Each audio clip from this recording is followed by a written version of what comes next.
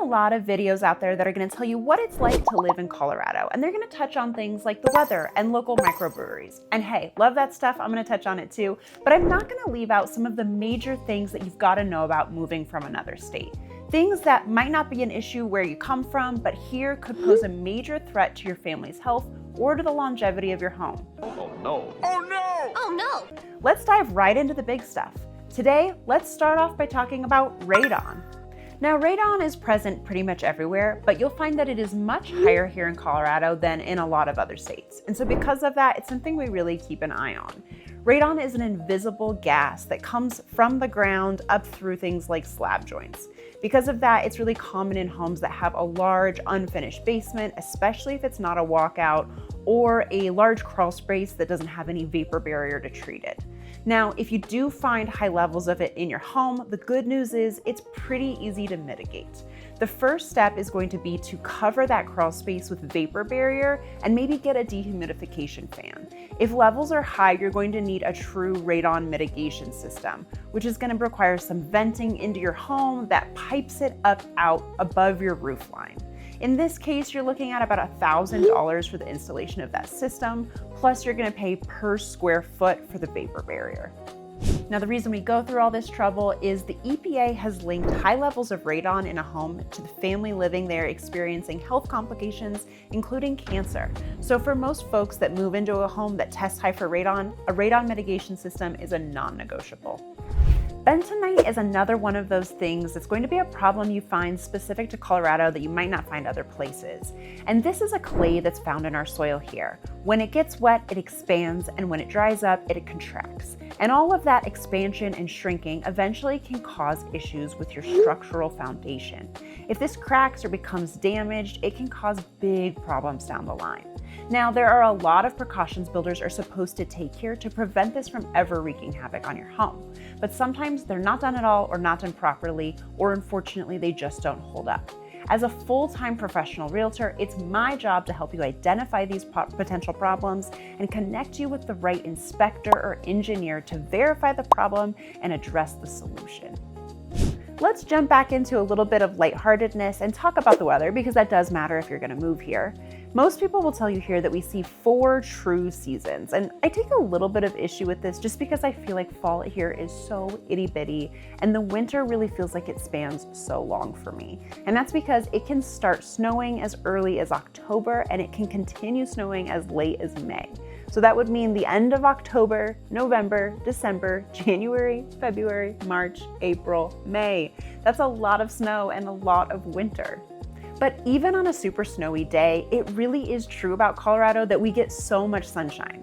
So even though it might be snowing, you've still got sunshine around you, and that really does make a difference. Dude, everybody knows sledding works better when there's snow.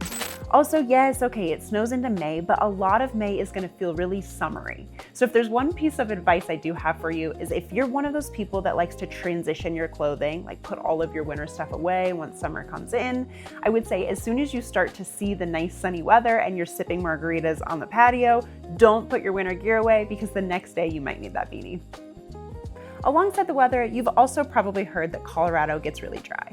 And that's true. I have all of the typical things you might hear about, like lotion. I bring it everywhere. It's in my car and my purse. And I also blast my humidifier all winter long. I highly recommend that if you want to, kind of counteract that dry skin or bloody noses. But I also want to talk about maybe a more practical side of the dryness. And you'll hear me if you are coming from a place that's super humid. There's the annoyance factor that we avoid here. You step out of the shower and you feel like you never fully get dry. I hate that feeling, and we don't really have it here. But more importantly, we also don't have an obsession over mold and mildew. Now, yes, mold is a thing everywhere. You've got to monitor it. It's not something you can just say doesn't ever happen. But in a place like Florida, that's something you have to really have all these protections for because it's a huge threat. Here, it's just not something we obsess over. And I remember in college, I had this roommate. She moved to Colorado just for school, and so she was used to an out-of-state environment.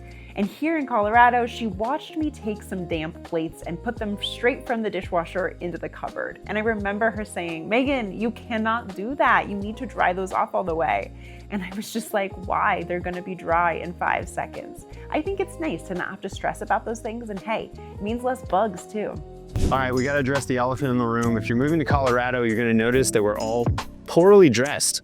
This Colorado puffy jacket is basically business casual, and you're required to have one once you move here. Let's talk a little bit about the overall vibe of Colorado so that you're in the know. And I want to make sure you know the #1 thing that people tell me they miss about other places when they move here. So Colorado casual, super real thing. I remember one of my first really nice luxury listing appointments. I showed up in some slacks and a nice button up, nothing crazy, but my seller was wearing khakis and some Birkenstocks. And I remember her saying, "Wow, you look so nice. What are you so dressed up for?" It's such a real thing here. And if you come from somewhere super upscale, it might drive you nuts that you could go to a really nice steakhouse and look around and there are people in jean shorts and sandals.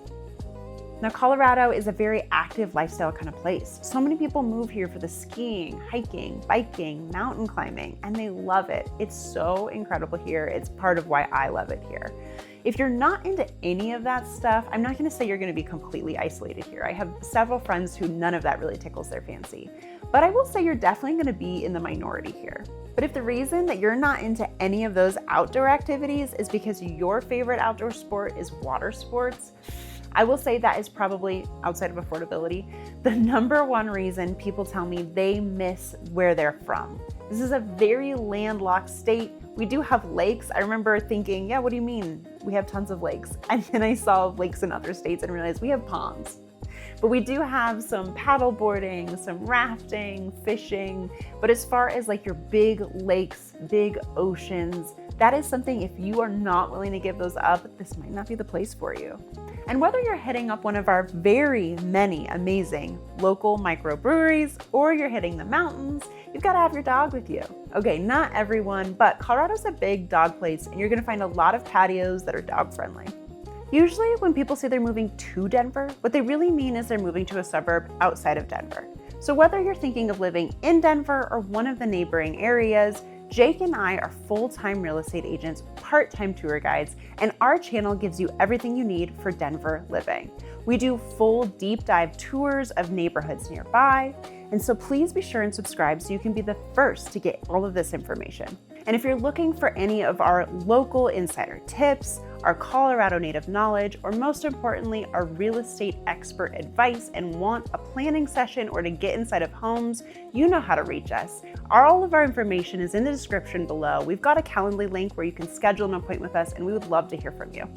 If you are one of these folks that are thinking of living in one of the suburbs outside of Denver, you might be wondering about the commute into Denver. I would say traffic is not that bad, depending on where you're coming from. If you are used to big city life, the traffic in Denver is a lot lesser. If you are used to smaller town life, then rush hour traffic is going to be a bit of a shock to you.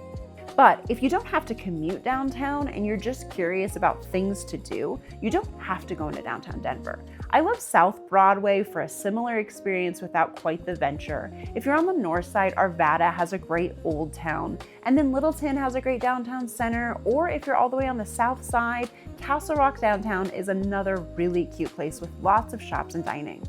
Sold on Colorado yet? Let's go find you your perfect place. Call or text us and we can get started.